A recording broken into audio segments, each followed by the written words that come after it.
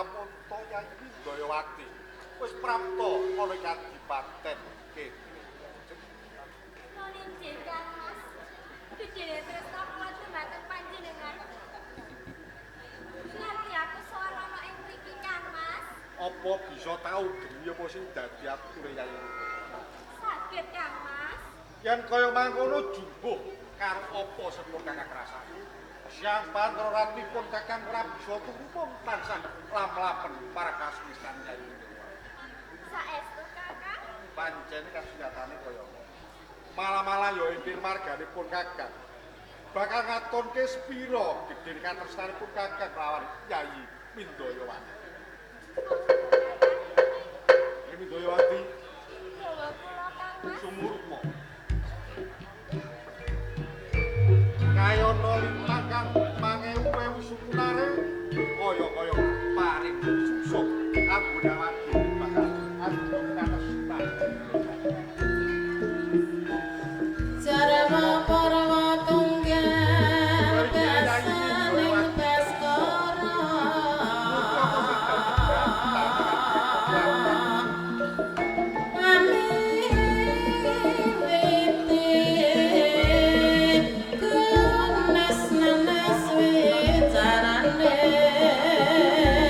Lawan Yayi Windayawati.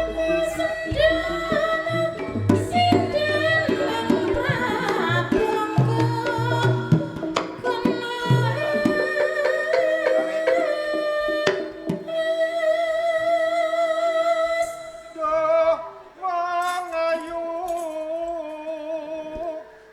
aku tresna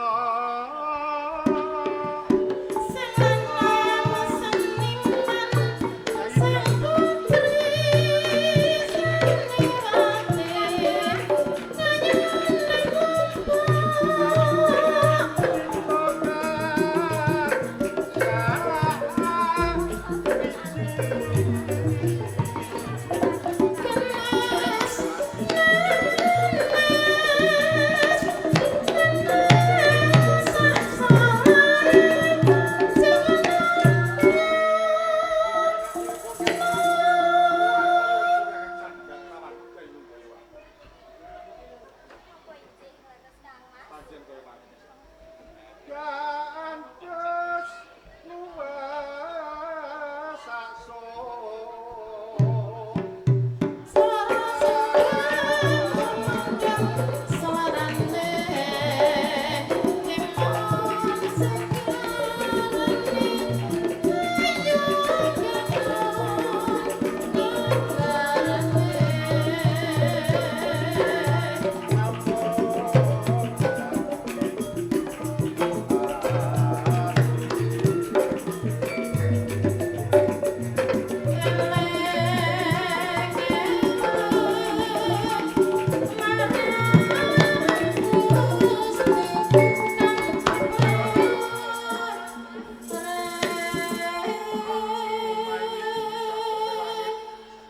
ora ana manungsa sing dadi jantunge atiku ya mung Yayi Windayawati sing bisa ngrempuk-ngrempuk rasane atinipun kakang.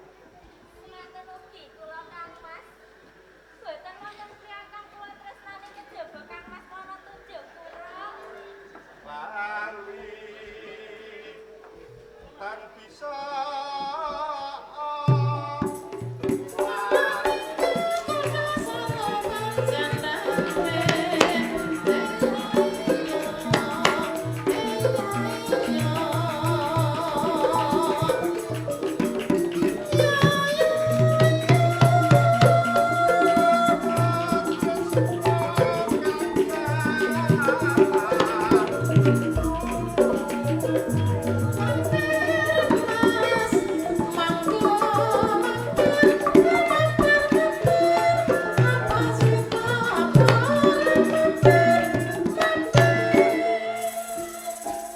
yen pun kakang tersasar dengan lawan Yayi Windayawati. Kaya-kaya ora nawana dia sing dadi gatelan ngaturipun kakang mung Yayi Windayawati. Saged kula upami Kang Mas. Lu mempatan foto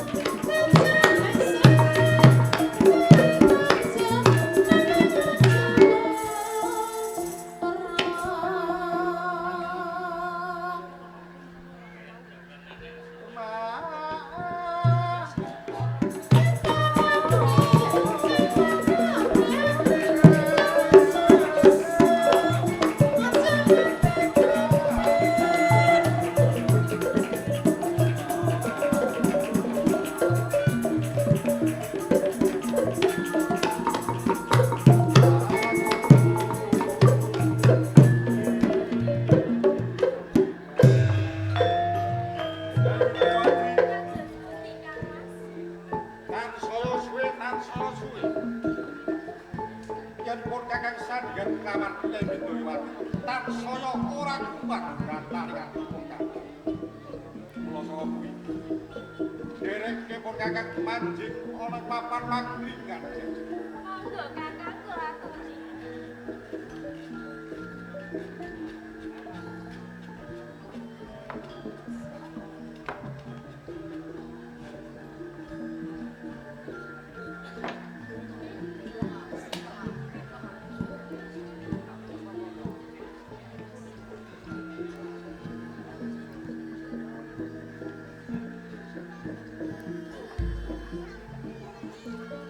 Kyai Windoyowati.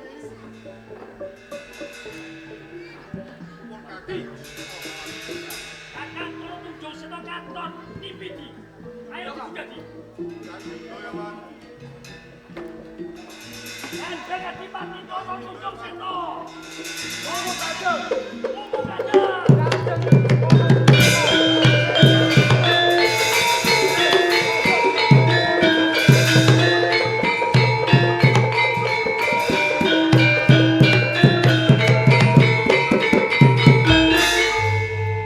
Patih Samonggana lan Patih Sawa.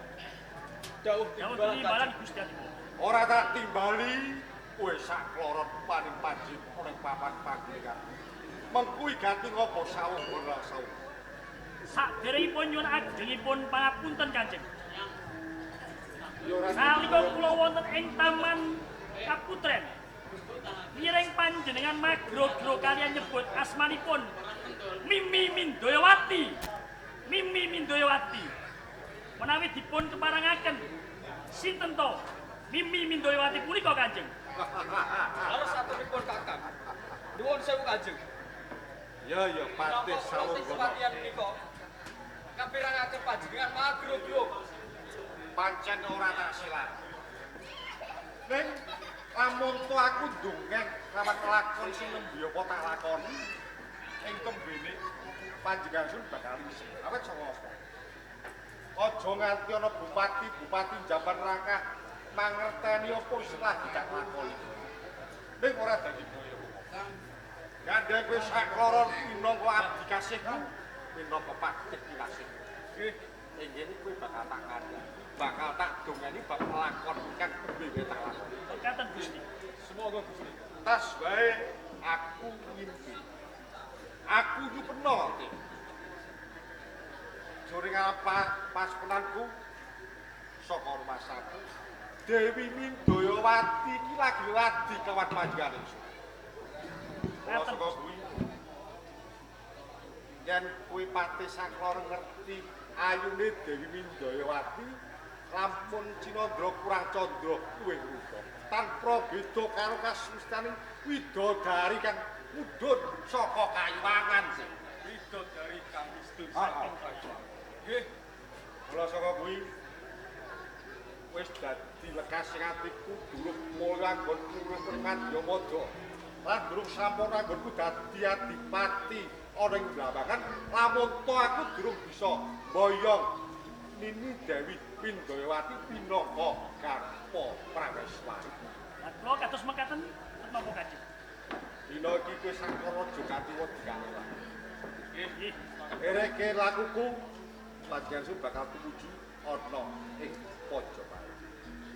Nanging sadurunge aku nyuwun suwaning kadangku Nyai Kala Kunjung Pura.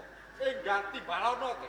Sendika ngestaken dawuh Kanjeng. timbalan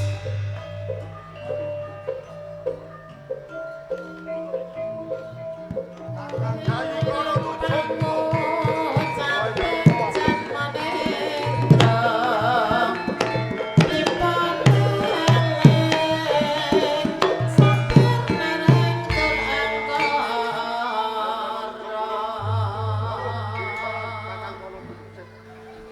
Aja kaget tatimu dina iki kowe tak timbali sing kanggo sowan ana pekarepan.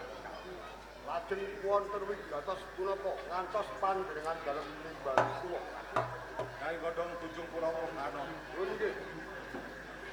Dina iki aku lagi nyambut Putri Kedaton Negara Majapahit kang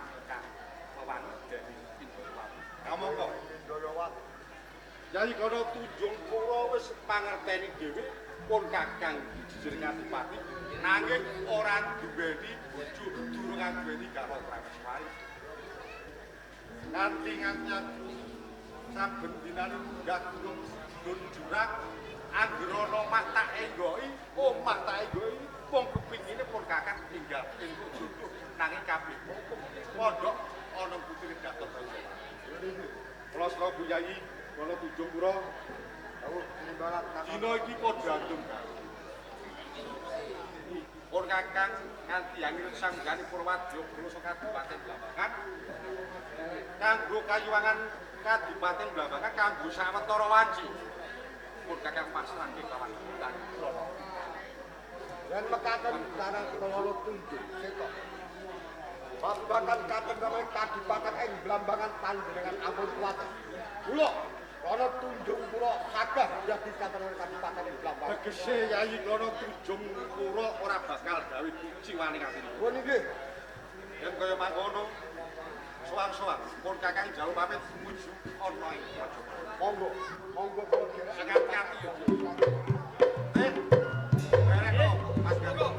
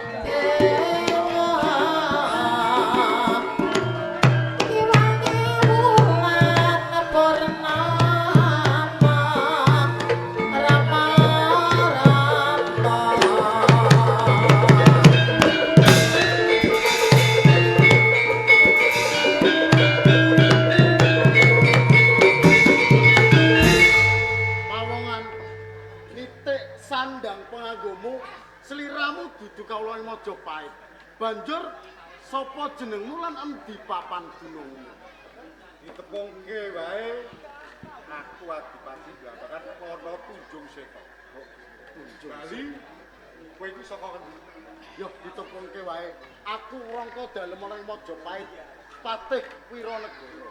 Rangka dalem saka Majapahit, Patih Bener kang dadi kandhang.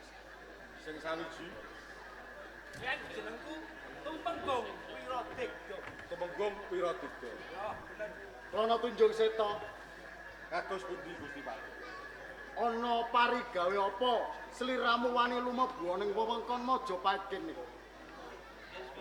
Gusti Patih Wiranegara Kepiye kana Tunjung Seta? tebih saking Blambangan daya-daya kala bantu suwat wonten kasiripun sinuwun Brawijaya wonten Majapahit.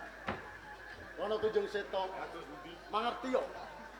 Yen wektu dina iki Sinuwun Prabu Brawijaya katemben wae bebedak wana ana ing alas. Tegesipun kula mboten saged panggih Kanjeng Prabu. Bener kang dadi kandhamu. Yen bisa kowe bali ana ing Blambangan. Besok yen Sinuwun Prabu Brawijaya wis bali ana ing Praja Majapahit, Sliramu tak keparengake wae Swanena Majapahit. Gusti Patih Wiranegara. Kepiye Klana Tunjung Seta? Menawi sampeyan nyandhep dhateng lampahipun Klana Tunjung Seta menika kanggini kula mboten kan. Tapi jage menapa? Sedaya kula sampun dados anteping ati kula. Kula mboten badhe wangsul lamun tok kula derek. Klana Tunjung Seta, Kados pundi? apa aku kudu nganggo sarana peperangan kanggo mbalekake wong ing Blambangan? Rawe-rawe badhe kula atas Malang. Prajurit!